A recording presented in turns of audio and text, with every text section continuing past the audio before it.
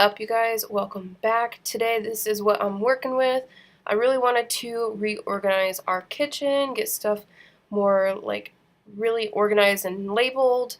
So these labels you can actually just pick up from like Walmart or Michael's or like pretty much anywhere. Then they're pretty affordable, which is nice.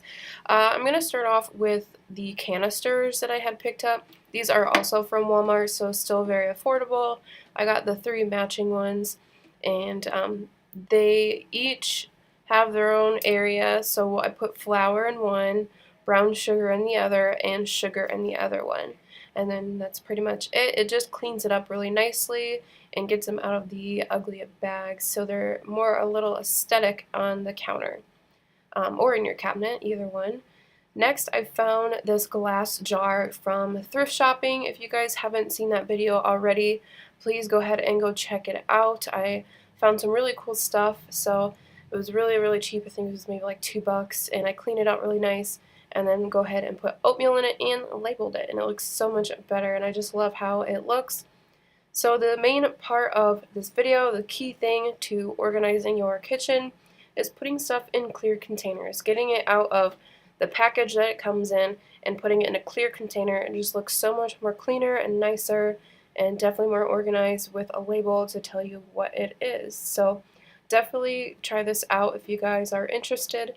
But I did this for pretty much everything that I didn't want like in a bag. I just wanted it to be more pretty looking. I just put everything in a container.